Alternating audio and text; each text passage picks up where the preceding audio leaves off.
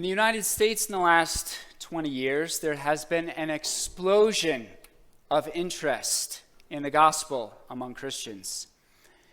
Some of you will have heard of the biennial conference, Together for the Gospel, or the organization, the Gospel Coalition, with its very popular website. Some of you may also have heard or even used materials put out by the Gospel Project. Yet to grasp the magnitude of recent interest in the gospel, all you have to do is a search of Amazon book titles. And here are some of the ones that you would find. These are all real published books. Okay? We start simply with gospel or the gospel. You know, the gospel. The gospel and the gospels. I mean, the Christian gospel, the gospel for Christians. If you are a bit rough around the edges, maybe you need the ragamuffin gospel, or prodigal gospel, or even the loser's gospel. Lest we are being unclear, we are talking about the explicit gospel, the gospel uncensored, the gospel unadorned. But let's not talk about the naked gospel. Hey, I'm not ashamed of the gospel. We've got the 3D gospel, the gospel in color, gospel glitter. Tim Sinks, are you here? No? Anyway, and of course the gospel coloring book. But get out of here with that false white gospel.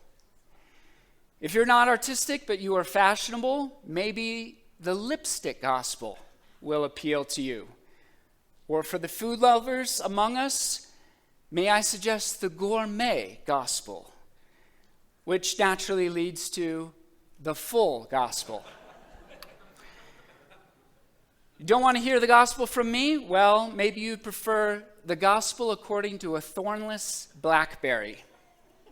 No joke. Hey, you need a better gospel than that. Wait, what is the gospel? Come on, people, we need to be grounded in the gospel, or maybe we need to be shaped by the gospel so that we can experience the gospel transformed life. Better yet, we need gospel DNA. Or is it this gospel DNA? Now, here's my favorite. The gospel as center. The center of what? I'm glad you asked. What we need is gospel-centered ministry, gospel-centered youth ministry, and gospel-centered kids ministry. We need gospel eldership or even a gospel coach. Better yet, we need gospel-centered leadership filled with gospel-centered teaching recorded in the gospel-centered journal based on gospel-centered hermeneutics leading to gospel-centered idolatry. Wait a minute. Perhaps you fancy the discipleship gospel.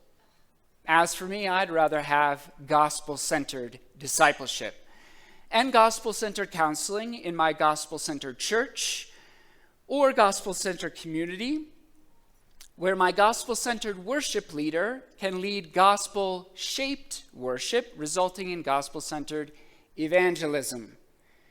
Now, young men, you should be looking for the gospel-centered woman.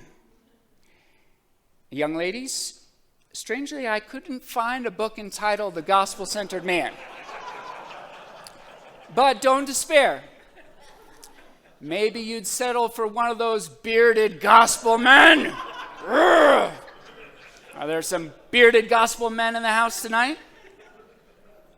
Pastor Sam, whatever. Now, together, you can pursue gospel-centered marriage. And through some holy sexuality in the gospel, ladies, you might become a gospel-centered mom. Or men, a gospel-centered parent. so that together you can engage in gospel-powered parenting, which creates a gospel-centered family. We're after gospel in life, people. The gospel life. The gospel for real life. You might want the gospel-driven life, but that sounds a little too intense for me. I'll take the gospel-centered life, thank you. Or if I'm feeling rather British, the gospel-centered life. You see, gospel identity leads to gospel revolution, but we need gospel wakefulness lest we commit gospel treason. And from gospel deeps, gospel love flows in gospel poetry, so we achieve gospel fluency. Boom. Hashtag gospel. Drop the gospel mic. Well, I think I need a gospel reset. Is your head spinning yet? Maybe you need the gospel in slow motion. Now, after all this, you may have gospel questions, but I have gospel answers. I can give you gospel essentials, the gospel precisely, the gospel in 20 questions, the gospel in 10 words. Hey, your gospel's too small. I just need the gospel simplified. You know, gospel basics, the fundamentals of the gospel. But wait a minute, I forget now. What is the gospel? Now, brothers and sisters, what is striking to me is that all the books I just mentioned, except one, were written in the last 20 years. In fact, in a quick Amazon search, you could find hundreds and hundreds more books about the gospel. There has been an explosion of interest in the gospel in recent days, at least among American evangelicals. You might even say a gospel craze. And my playful introduction aside, there is a good reason for this, right? One of Jesus' basic messages was repent and believe in what? Repent and believe in the gospel, right? And be baptized comes later, right? And in Luke 4:43, Jesus claims that preaching the gospel was the purpose for which he was sent. We read repeatedly in the book of Acts of the apostles and others preaching the gospel. In fact, Acts 20:24, Paul summarizes his entire ministry as one of testifying to the gospel.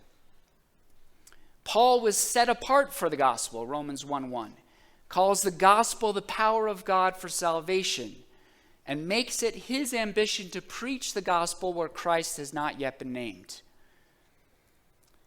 Paul was sent by Christ not to baptize, but to preach the gospel, 1 Corinthians 1:17, and he cries out, "Woe to me if I do not preach the gospel." In the letter to the Galatians, Paul warns that turning to a different gospel is to desert God. And he calls down curses on anyone preaching a gospel contrary to the one the Galatians received. So clearly, the gospel is the fundamental message of salvation, one of critical importance. Therefore, it is good and right that so much attention be focused on understanding what the gospel is and how it applies to our everyday lives. In fact, there may be no more significant question in all of life than what is the gospel? And yet, brothers and sisters, in the midst of all of these books and conferences, a gospel this and a gospel-centered that, I fear that for many, the gospel has become a buzzword, a hollow slogan, a marketing gimmick, a label that we slap on things of which we approve, a term that we drop casually in conversation as if everyone already knows what we mean.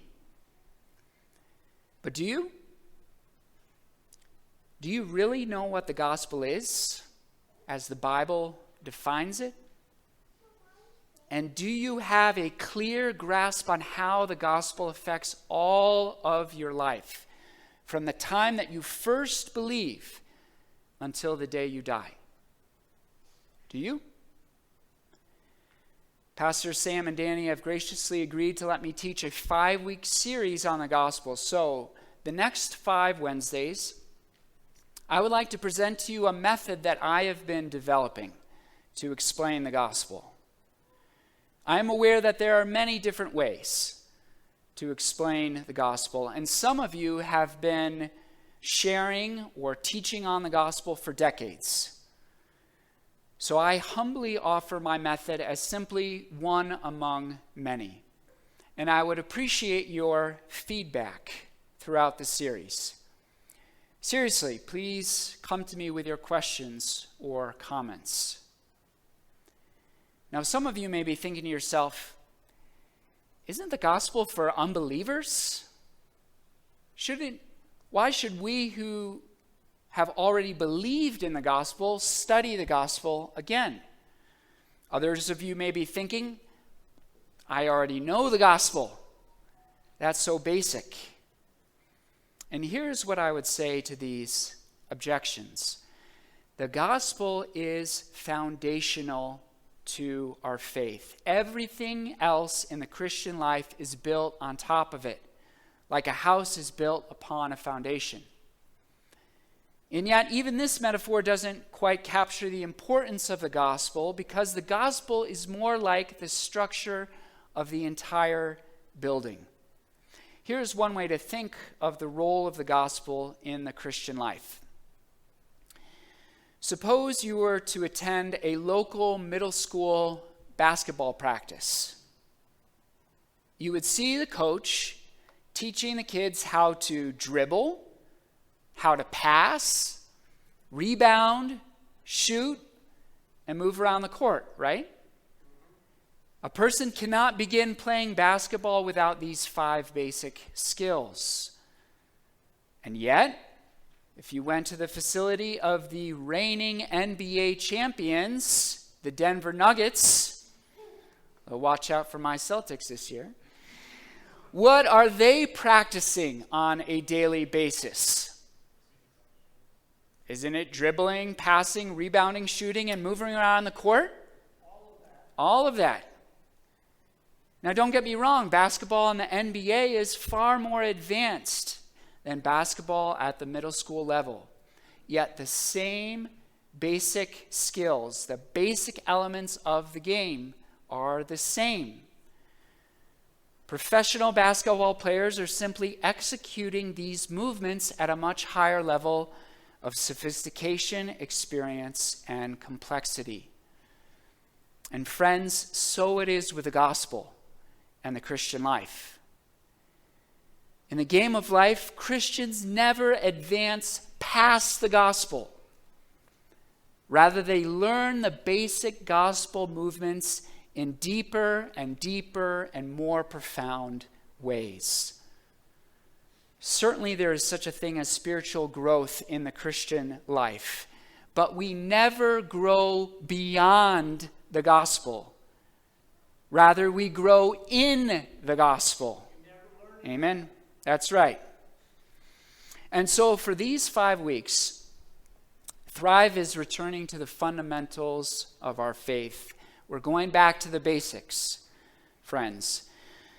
But I offer this series in the hope that all of us, whether the youngest believer or the most mature, hopefully we can all improve our game, if you will, through being reminded of these basic gospel truths. And you will learn something new in this series, I promise. I certainly have in preparing for these messages. But before I say anything more, let's pray.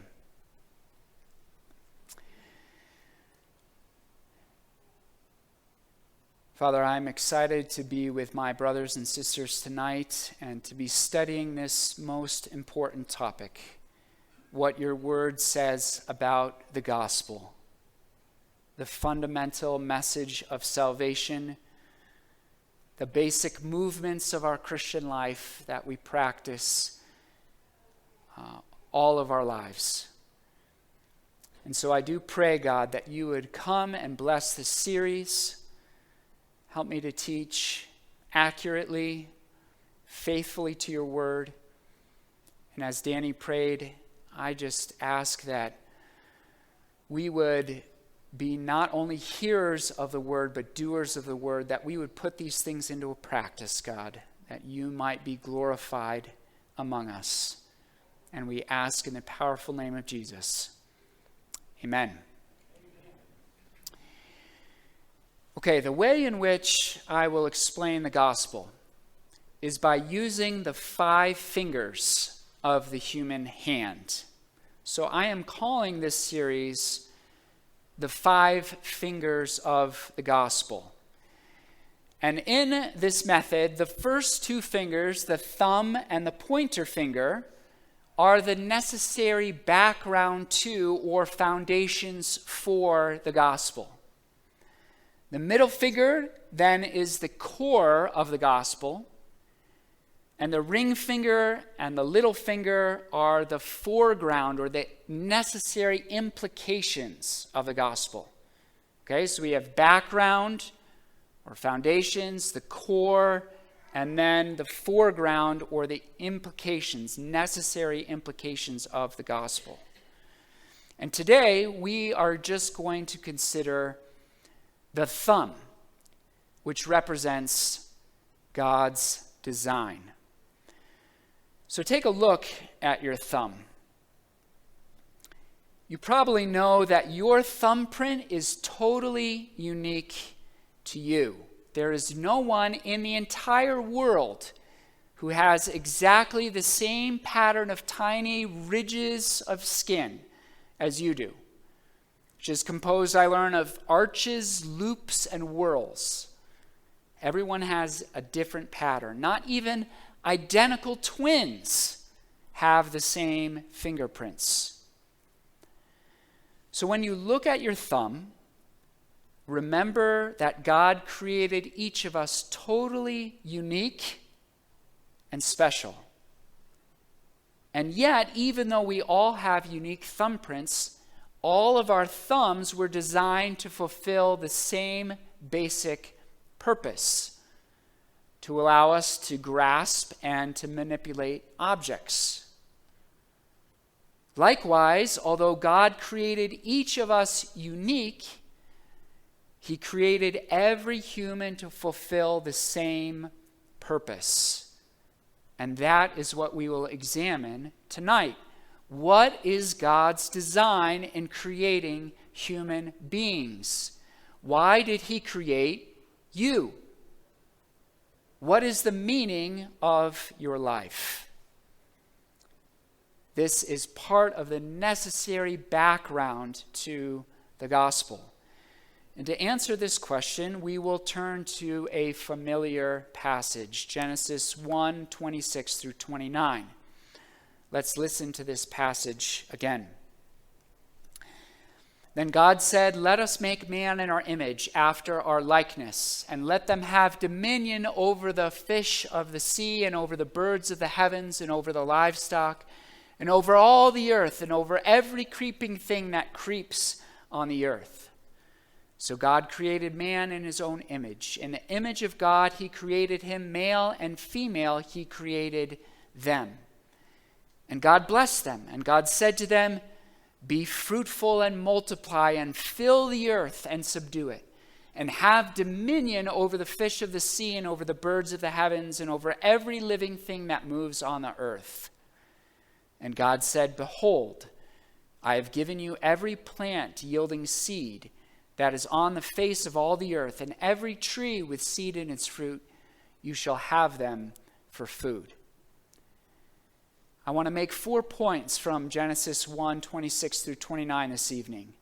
that are related to God's design of humankind. First, humankind is created as the idol of the living God. Yes, I just said that we are an idol. Now, before one of you bearded gospel men grabs me and drags me away, please allow me to explain. In verse 26, God says, "Let us make man in our image." The Hebrew word that is translated as image is the Hebrew word tselem. This word only occurs 17 times in the Old Testament, so not too common, and it most often means idol or idols, as in graven image. For example, consider 2 Chronicles chapter 23. Then all the people went to the house of Baal, remember the false god Baal, and tore it down, his altars and his tselem. They broke in pieces, and they killed Mattan, the priest of Baal, before the altars. These images, these tselem, are statue idols that are made in the likeness of the false god Baal, and they are placed in his temple. So why is this word, tselem, used to describe the creation of humankind in Genesis 1:26? It is different. Same word. The key to understanding what it means to be created as the image of God is to recognize the function of an idol in the ancient Near East. Idols were created to represent the gods. Idols were designed to show what the gods were like. That is why the Old Testament often taunts the gods of other nations by pointing out that their idols cannot speak or move. So, for example, notice Psalm 115. Their idols are silver and gold, the work of human hands. They have mouths, but they do not speak. Eyes, but do not see. They have ears, but do not hear. Noses, but do not smell. They have hands, but do not feel. Feet, but do not walk. And they do not make a sound in their throat. Those who make them become like them. So do all who trust in them. The idols of the false gods are helpless because false gods are helpless. Idols, metal idols, cannot act. They cannot save. However, humans are not idols like that. We can speak, see, hear, smell, feel, and walk. And why? Because we were created to represent the living God, the God who alone is able to act for those who wait for him. In the ancient Near East, sometimes the king was also called the image of the nation's God. And this refers to a similar function. The king was the one who was responsible to create order and human flourishing in the realm through the empowerment of his God. He was to embody the God's presence and execute the God's rule on earth. That was the job of the ancient king. Therefore, since humankind was created as the image of the true God and in his likeness, this means we were created to rule over the world in a way that displays the character of the true God, who is a sovereign, good, and wise king.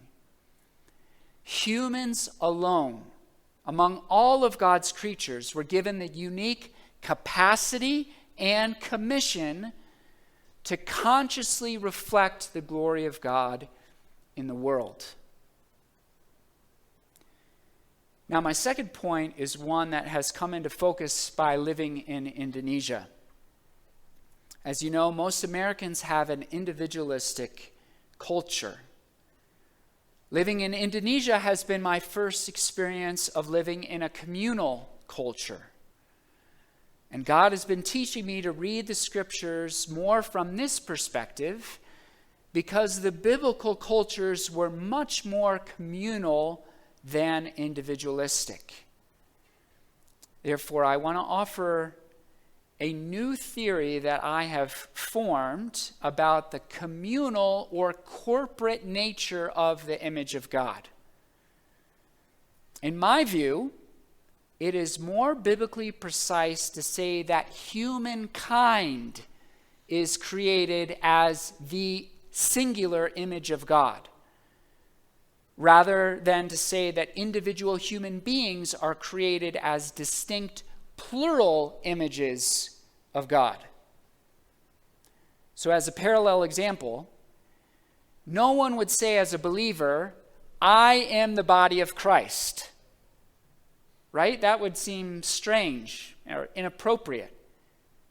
We rather say, we are the body of Christ, and individually members of it.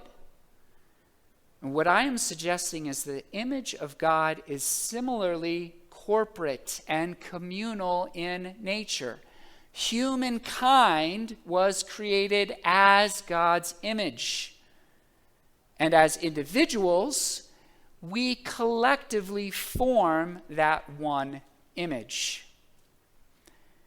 Now, how would I defend this theory, and why is it important? Well, I've written an entire essay about this, which I'd be happy to share with you if you want. But let me give you some of the highlights. First, please consider again the ancient Near Eastern context. As I said before, in all the ancient nations surrounding Israel, it was the king, and the king alone, who was considered to be the image of God. It wasn't ever said of everybody else, just the king. The rest of the people were basically slaves of the king and slaves of the gods, who created human beings to meet their needs, like so many busy worker bees.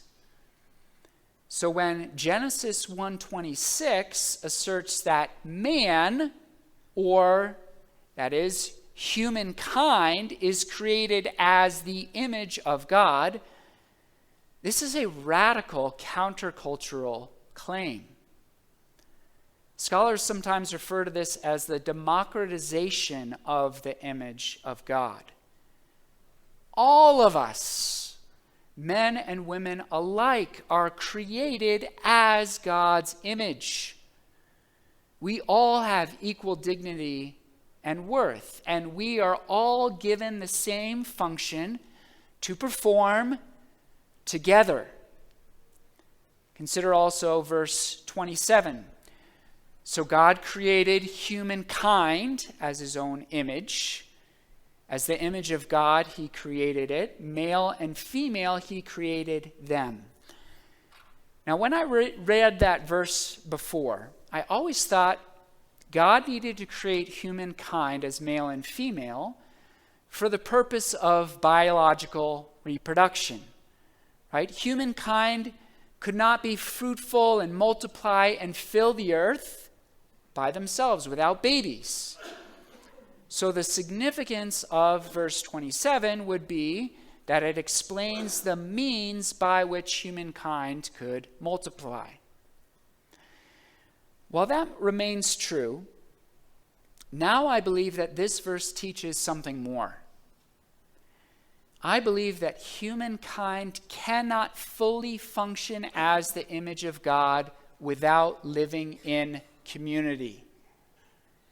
In other words, Adam could never fully glorify God as he was meant to if he lived by himself, if there is just one. And neither could Adam and Eve, just the two of them, fully glorify God if they lived by themselves.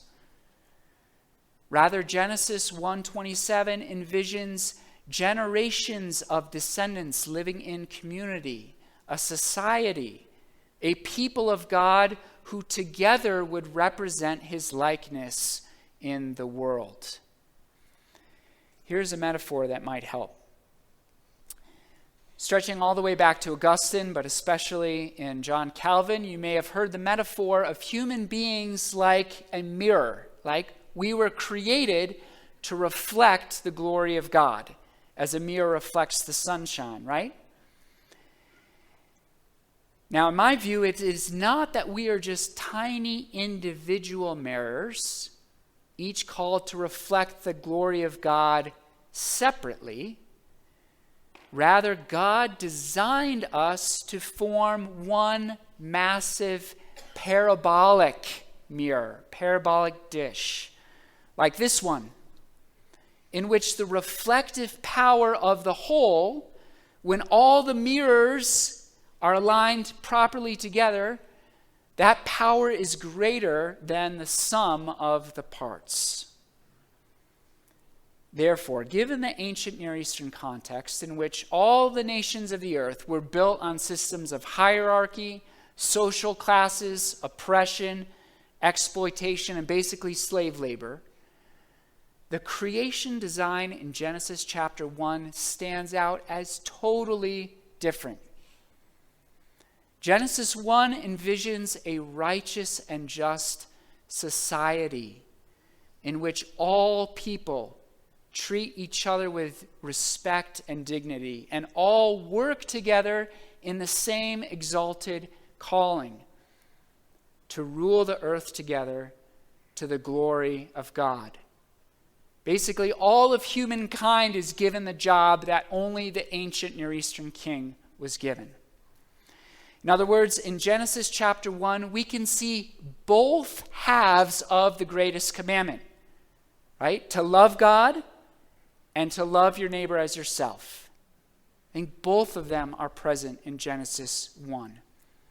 God intended to be glorified in a righteous people, a just and prosperous society, a community of love. That is why at the renewal of all things, God will create a new city where his people will dwell with him forever in community. My third observation is that humans are created to multiply. In Genesis 1:28, God commands humans to be fruitful and multiply and fill the earth.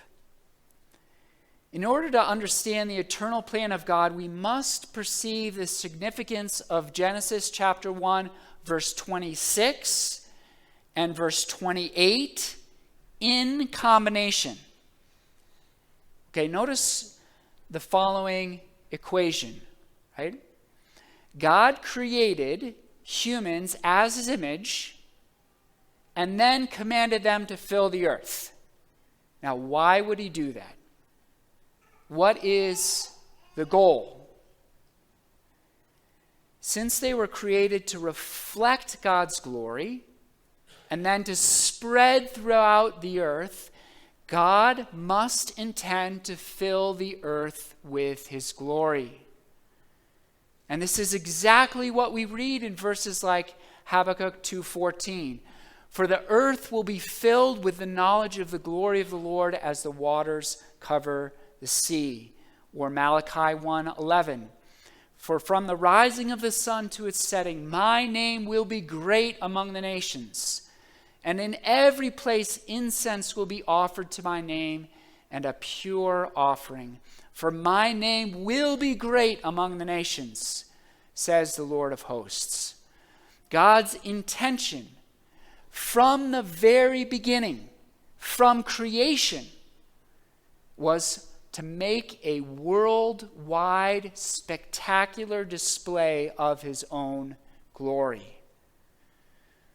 The mission of God does not begin in Matthew 28 with the Great Commission, friends.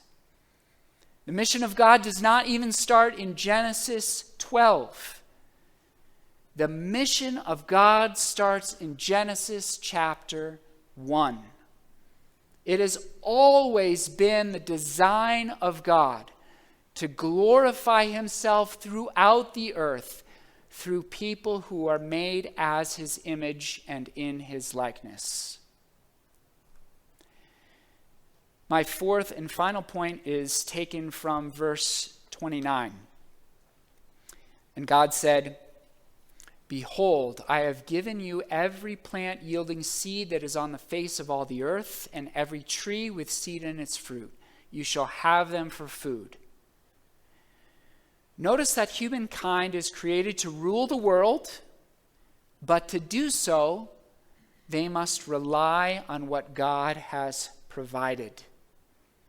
Again, this clashes with the ancient Near Eastern view of the gods, in which the gods have needs that we humans can provide by building temples for them and offering sacrifices. Genesis 1:29 turns this ancient pagan view on its head. We don't meet God's needs. He doesn't have needs. He is completely self-sufficient, like an overflowing fountain of living water. No, we don't provide for God's needs. God provides for our needs. One of my former professors has a beautiful phrase for this. He calls it a dominion of dependence.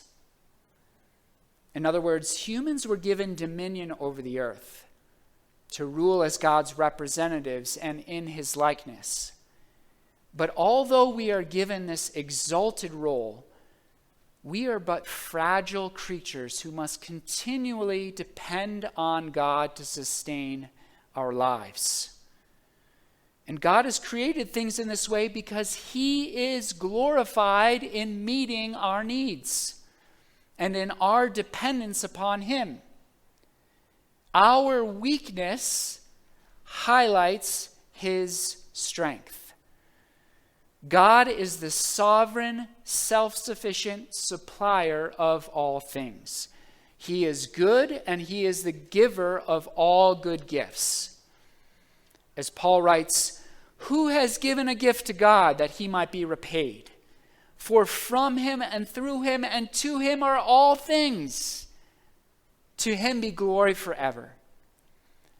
As one of my former pastors says, the giver gets the glory. Right? Think about that. The giver gets the glory. That's why we have a dominion of dependence. So, in Genesis 1:26 through 29, which is so theologically dense, we can clearly see God's design for all of creation and especially for humankind. If everything is working as intended, we can discern 3 levels of relationships in creation. Humankind was created to be properly reverent toward God, to worship him, to live in dependence upon him. Humankind was created to relate to one another in a just and righteous society. There is no one king who makes slaves out of everybody else.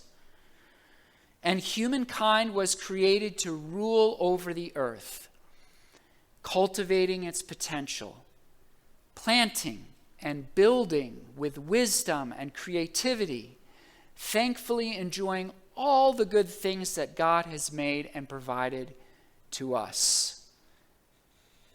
And if these 3 levels are operating in perfect harmony, as they were created to, God receives the greatest glory and honor, as he is worthy to receive.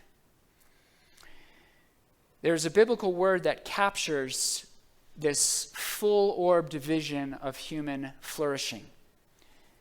Do you know what it is? It's the Hebrew word shalom, which is often translated peace, but it can also be translated as prosperity, welfare, safety, harmony, health, or wholeness. It's a very broad, all-encompassing term in Hebrew. We catch glimpses of the shalom that God desires for his people throughout the Bible. For example, in the covenant blessings of Leviticus 26. God says, "If you walk in my statutes and observe my commandments and do them, then I will give you your rains in their season, and the land shall yield its increase, and the trees of the field shall yield their fruit. Your threshing shall last to the time of the grape harvest, and the grape harvest shall last to the time for sowing. And you shall eat your bread to the full, and dwell in your land securely. I will give you shalom in the land, and you shall lie down, and none shall make you afraid. And I will remove harmful beasts from the land, and the sword shall not go through your land. I will make my dwelling among you, and my soul shall not abhor you. And I will walk among you and will be your God, and you shall be my people." Here is the world as God intended at creation. Agricultural abundance, physical security with no enemies, joy, singing, dancing, feasting, no exploitation, no guilt, no fear, no shame. And above all, God dwelling with his people, walking among them, receiving their thanks and praise. This is shalom. This is what we were made for. As Jesus says, he came so that we might have life and have it abundantly. And this dream, brothers and sisters, will be realized ultimately and perfectly in the new creation. When heaven comes down to earth and God makes his dwelling place with us, where there will be no sin, no pain, no death, where the glory of God will blaze like the sun, and the nations will bring into the New Jerusalem their wealth and the wonders of their cultures.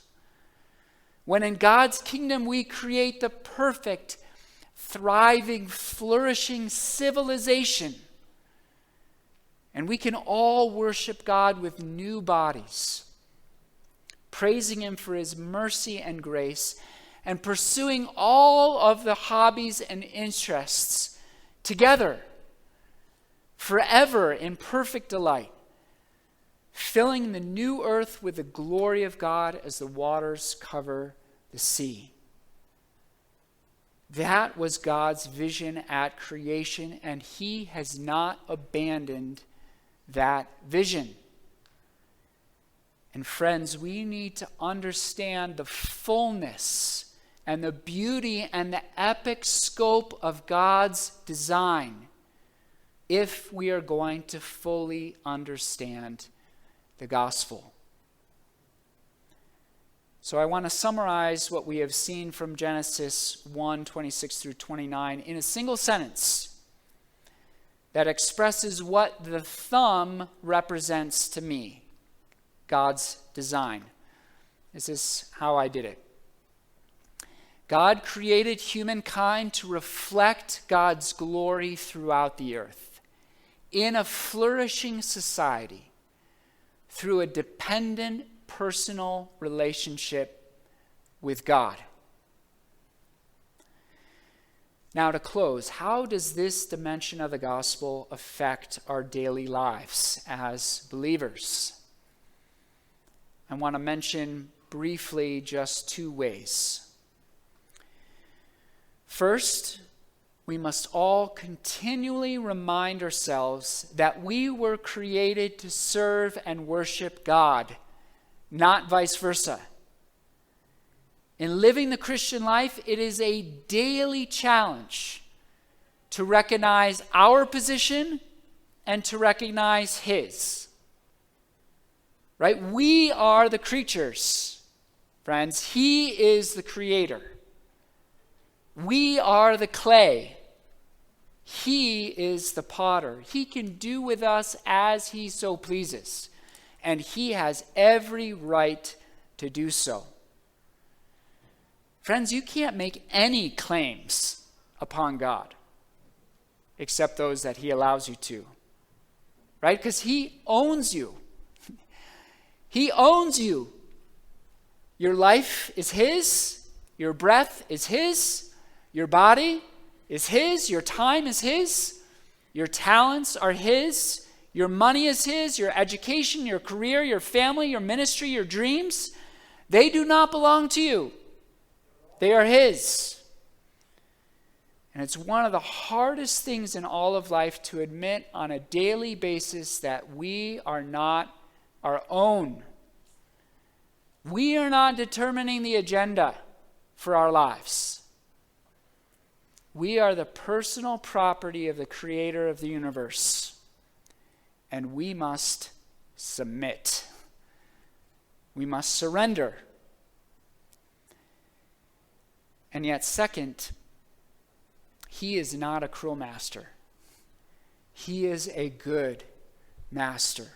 He is a kind master, a gentle and wise and loving master. We are not created for some demeaning or trivial task. We are not playthings to God or abject slaves.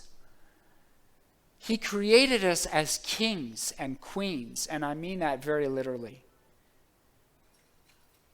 We have royal dignity to radiate with his beauty and majesty and love. And there is no meaning of life in any human religion or philosophy that is more exalted than that. When we think of our own creation, we should breathe the words of Psalm 8. When I look at your heavens, the work of your fingers, the moon and the stars, which you have set in place, what is man that you are mindful of him, and the Son of Man that you care for him? Yet you have made him a little lower than the heavenly beings and crowned him with glory and honor. You have given him dominion over the work of your hands. O Lord, our Lord, how majestic is your name in all the earth. So we are slaves, accountable to our master, and we are royalty, crowned with a glorious task of being rulers over God's creation. Now, friends, the sinful world misses both of these aspects of our identity. Our sinful flesh, the world, and the evil one proclaim that we can be whoever we want to be, right? We define our identity, they say. We only need to follow our hearts to be authentic. The message is, don't let anyone tell you who you are or what you can do. You decide that for yourself. So a gospel message that asserts that we are all accountable to God and need to conform our lives to his rightful demands upon us makes little sense or is rightly offensive to our radical modern individualism and self-expressionism. The other side of the coin is a scientific naturalism that confidently declares that we are nothing more than the product of time and chance, radically or randomly evolved from some kind of primordial goo, right? No different from any other animal, and our lives lacking in absolute meaning or significance. Destined to die on the speck of dirt we call Earth without the slightest notice or care from the universe. A gospel message that asserts that we have been made as the image of God and in his likeness is mocked by the so-called experts and sophisticated thinkers. Yet, brothers and sisters, let us keep this glorious vision of God's design before our eyes. For without it, there is no gospel. Right? The foundations of the gospel would crumble if we do not believe these things. And let us remind each other, we were not created to chase after wealth or power or fame for ourselves. We were not designed to seek our own creaturely comforts and private pleasures. We were not even created to perform in a career or ministry as if God is dependent upon us. No, we were made to flourish together as we look to God to provide what we cannot provide for ourselves, and as we image forth the glory of God throughout the earth. Amen? Amen. Let's pray. Father, who are we that you are mindful of us? God, as we try to wrap our minds around the magnitude of creation and the magnitude of your power and glory, your very word spoke the universe into existence. We just tremble before you and humble ourselves, God. And we freely acknowledge, God, that you are the creator. You've got all the rights. We are just totally dependent upon you. God, we are created things. And yet, God, you have so crowned us with glory and honor with the incredible task of making you known in this world and acting as your representatives here on earth, to rule in the way that you would have us rule in accordance with your character and your word.